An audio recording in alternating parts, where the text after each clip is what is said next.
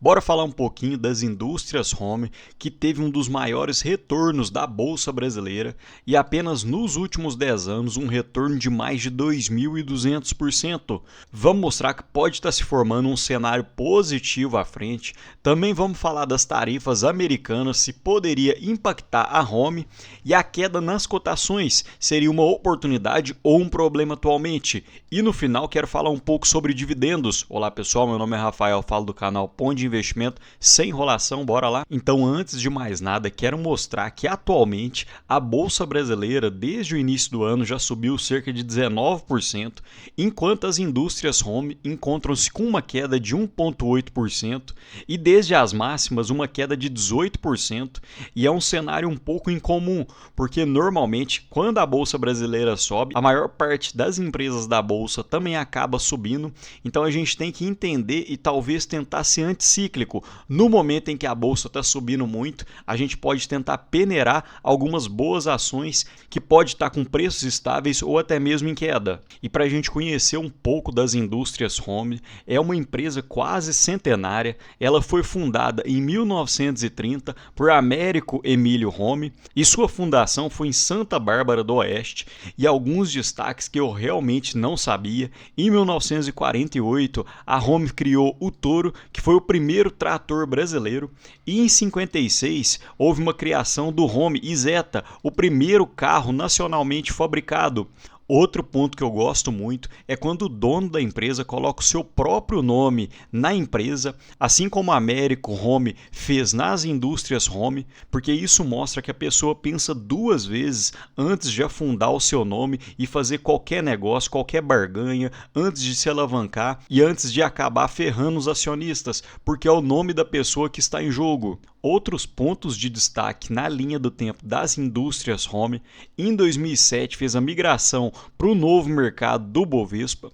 Em 2011 fez a aquisição da fábrica alemã Burkhardt e Weber, e entre 2011 e 2021 houveram diversos novos lançamentos dentro da linha de produtos das indústrias home, e em 2021 as indústrias homes entraram para os seguintes índices da B3: IBRA, que é o Índice Brasil Amplo, o IDIV, que é o Índice de Dividendos, o IGCT, que é o Índice de Governança Corporativa, o Índice de Small Caps e o INDX, que foi o Índice do Setor Industrial. E olhando para 2025, num ano em que o Ibov subiu mais de 19%, o índice financeiro subiu 33% e o índice de energia elétrica quase 40%, percebam que o índice industrial encontra-se em 1,1%. Então ele praticamente não andou nesse ano de euforia. Então talvez a gente possa olhar com um pouco mais de carinho para esse índice e as empresas que compõem, porque em algum momento pode destravar valor e as ações subirem. E olhando desde 2010, apesar do índice de indústrias ter conseguido ganhar do Ibovespa, não conseguiu chegar nem perto do índice de energia elétrica, que subiu mais de 330%, e nem do índice financeiro, que subiu mais de 385%, enquanto nesse período, em torno de 15 anos, o índice industrial bateu cerca de 164%. E percebam como que o índice industrial e as indústrias home são muito sensíveis à taxa Selic no Brasil. Em meados entre 2011 e 2013, a taxa Selic caiu e nesse período o índice financeiro subiu mais de 40%. Em meados de 2017 até 2020, a taxa Selic caiu até 2%, e nesse período o índice industrial subiu mais de 35%. E após isso, em meados de 2023 e 2024, houve queda na taxa Selic e o índice industrial subiu cerca de 80%.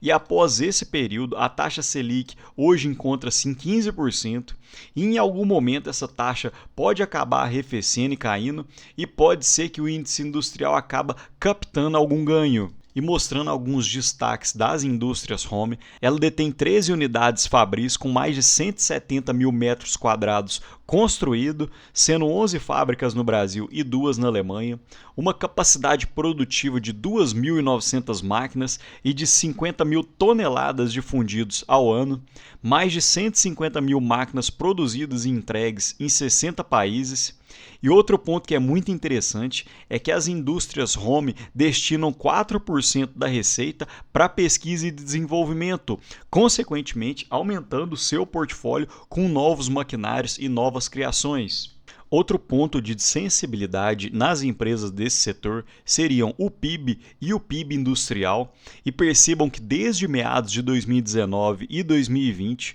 o PIB e o PIB industrial encontram-se muito baixo. Consequentemente, isso tem se refletido no preço da ação e mais à frente eu vou mostrar que as indústrias homes tiveram alta queda desde esses períodos. E atualmente o índice de confiança do empresário na indústria encontra-se muito baixo, bem próximo dos níveis da pandemia, em cerca de 47,3%, próximo de julho de 2020, e hoje a capacidade produtiva instalada sendo utilizada das indústrias home é de cerca de 70%. Mas percebam nos destaques operacionais e financeiros do segundo trimestre de 2025 que aparentemente pode estar havendo um ponto de virada nas indústrias home. Então a receita operacional líquida foi de 316 milhões, um acréscimo de 7% em relação ao segundo tri de 2024, 27,7 bilhões de EBITDA com uma margem de 8,8%. Nas entradas de pedido, um aumento de 3,8% e um aumento de 30,8% na carteira de pedidos. E dividindo entre as máquinas home e as máquinas que são feitas na Alemanha, a carteira de pedidos aumentou em 27,9%, a margem operacional aumentou em 2,6% e as locações aumentaram em 9,2%. Olhando na instalação alemã, nas entradas de pedido um aumento de 368% e na carteira de pedido um aumento de 38%.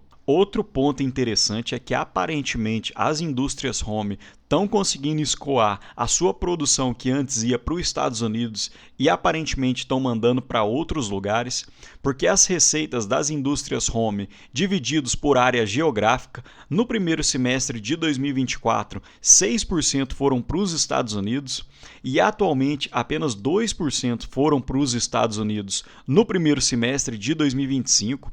Isso não foi consequência de uma diminuição na receita. Pelo contrário, as receitas das indústrias home aumentaram comparando semestre a semestre. Porém, um ponto de atenção é que as margens das indústrias home estão se comprimindo, consequentemente acaba não gerando tanto valor assim aos acionistas. Então a margem EBITDA em 2020 era de 14,7%, em 2022 conseguiu subir para 18,8%, porém atualmente encontra-se em 12,6%. E a margem de lucro em 2020 de 10,4%, em 2022 chegou a 12,2% e para 2024 uma lucratividade de apenas 7,9%. E olhando o primeiro e o segundo trimestre de 2025, aparentemente a margem de lucro vai diminuir mais ainda, porque tem ficado nessa faixa entre 3,6% e 4,9%. E essas margens tão comprimidas vêm principalmente das despesas operacionais, que cresceram em 30,8% olhando semestre a semestre, e destaques negativos pelo alto crescimento nas despesas comerciais, gerais e administrativas e também na participação e honorários da administração, que cresceram de uma forma muito vultuosa, consequentemente batendo no lucro líquido do período, que caiu em 46%, e olhando de forma ajustada, o lucro líquido caiu em cerca de 25%. Porém, as indústrias home foram uma das empresas que mais entregaram valor nos seus acionistas na Bolsa Brasileira.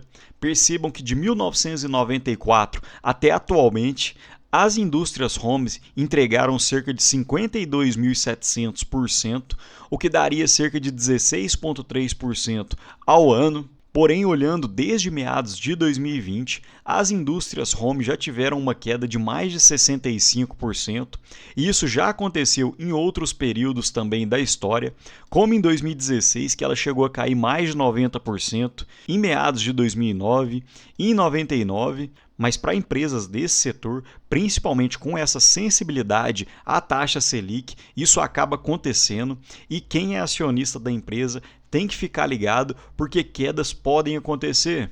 E um fato muito interessante que eu fiz questão de fazer o cálculo é que antes dessa queda atual de 65%, as indústrias home encontravam-se com uma rentabilidade muito elevada, entregando cerca de 30% ao ano, olhando de 1994 até meados de 2020.